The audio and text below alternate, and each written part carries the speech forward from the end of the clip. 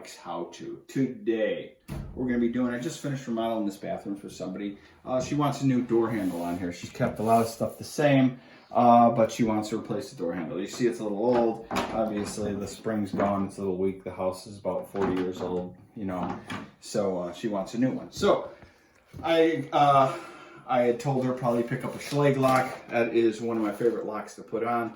I've probably, believe it or not, put on thousands in my career. So anyway, what she has here is, even though it's a bathroom, she did get a hall-in closet. It is her husband and her that live here. So hall-in closet basically means it does not lock. So if it was a locking one, it would say bed and bath. So which means it has a little button or a little twist on it that locks the door. So anyway, she got a pretty simple lever action handle that's really popular nowadays, and she got the satin nickel finish on it as well. You can get it in oil rub bronze, chrome, you know, there's all kinds of finishes. If you went to their website, you can see all kinds of stuff.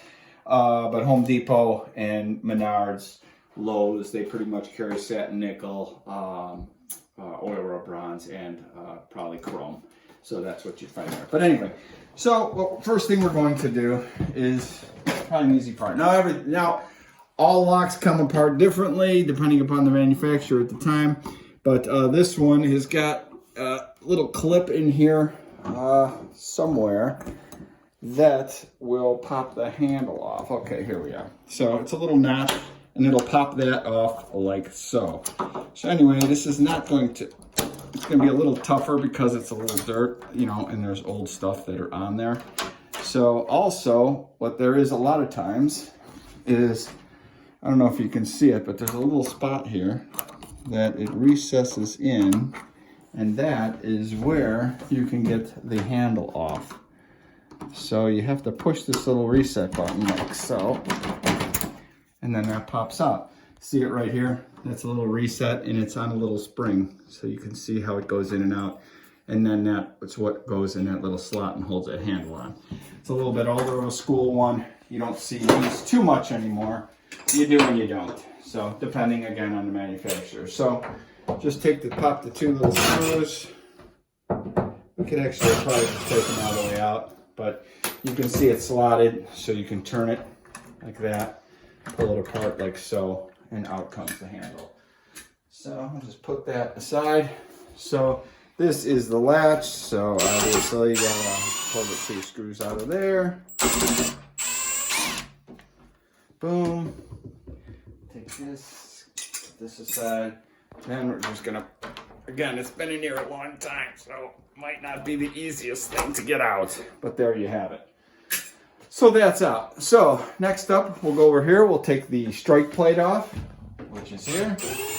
And you can do this with a screwdriver if you don't have a screw gun. A little bit tougher, obviously, because you're having to hand unscrew and having to hand screw these in, but not impossible. There was a time there wasn't screw guns, so, and that is that. Anyhow, so next up, we will open up the new lock. So, a couple things with these Schlage locks. Another reason why I like them so much is they are pretty much reversible. So what that means is when you open up this little hardware pack, pull this out, and inside the hardware pack there is your screws, your strike plate, and also this piece here, which we're not going to use, but I'm going to explain to you how it is used. So what I was always taught when you put handles on, so this one just happens to be correct. What I was always taught is whenever you put a door lock together, you always put the screws on the inside of the room. Reason being, if anybody ever gets locked in that room or the handle pops off the door, if they can find something in the room, they can pop the screws out, pull the handle off, pull the latch back, and get the door open. So, but again, that's the way I was taught. But anyhow, what I meant about reversing. So if by chance the handles are on, say, the wrong side of doors. Some of the doors are handed. When you buy new door locks, a lot of times on the package, it'll say on there if it's for a left or right-hand door. Schlage has overcome that by making the handles removable. So this is basically right side up. This, to me, for these handles is upside down. So what you can do is you take this little tool that they give you inside there, and there's that little hole right there, and it kind of depresses the latch on the other, just like on the handle we removed. So you kind of push it in there, and then you can take the handles off, switch it to the other one, and then the lever is the same direction if you want the screws to be inside the room. All right, so next up, the first thing we should do is put the latch in. So if you come around this side here, we're just going to stick it right back in the old hole that it came out of. The hole was luckily drilled well enough, and you can see it fits right into the door. So what we call this is a prepped edge, meaning that at the factory or whatever, wherever they assemble the door, they actually routed out for the latch, and it's all ready to go. So next up, what I have here is a countersink. So you can get these at Home Depot if you want to. You could use a regular drill bit. But anyway, on the front of them, they plunge.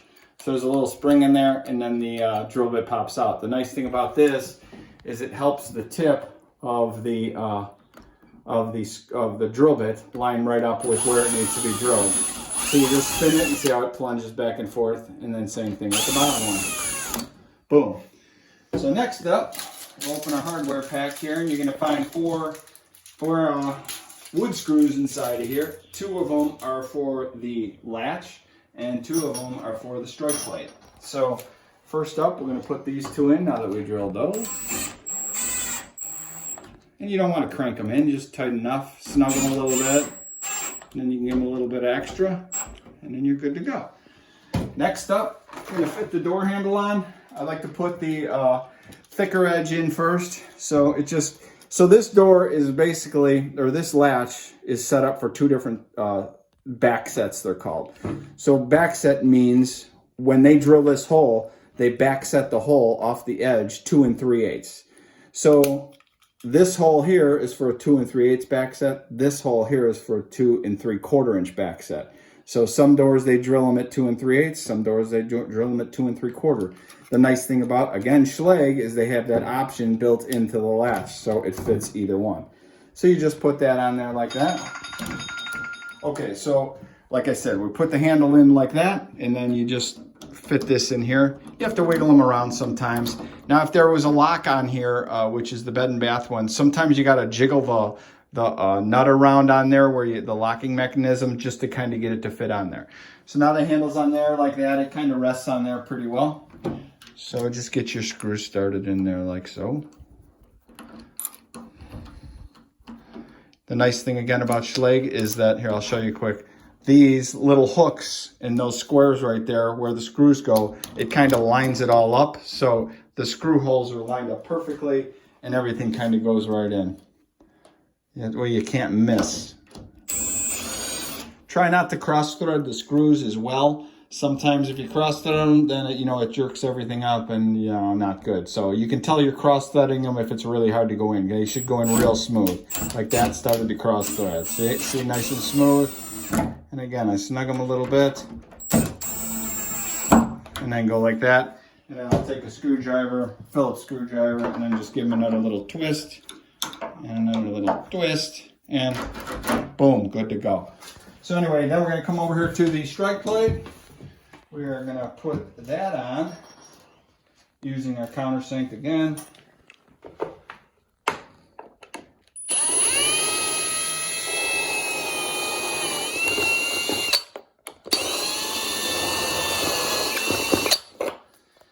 All right, get our last 2 wood screws, go in there. Snug it up. Snug it up. Okay. So now we're going to see how it closes. So you could stay right on that side for a sec. Or actually come on in here. I got a better view for you because I have something I want to show you. So, perfect. But anyway, you can see how the door kind of goes back and forth like that. You can hear how it jiggles. I don't like that. So there is a hack for that. So I don't know if not too many people know about it, but what you do is you pull the strike plate back off like this. And inside where the strike plate is, you'll see this little rectangle right there. What you do is grab a pair of pliers, and what you're doing is you're just going to bend that put pressure on it with your thumb, whatever, and bend that a little. So it's not at a 90 anymore. It's more like, we'll call it 100 degrees, or if you want to call it less, we'll call it 80 degrees. If you can see how it's not square to that anymore. So what that does is when you close the door, the latch grabs farther away. So now the latch isn't grabbing at a 90. Since that's bent, it's pulling the door farther that way, which then stops that knocking back and forth. So I'll put these 2 screws back in, like so.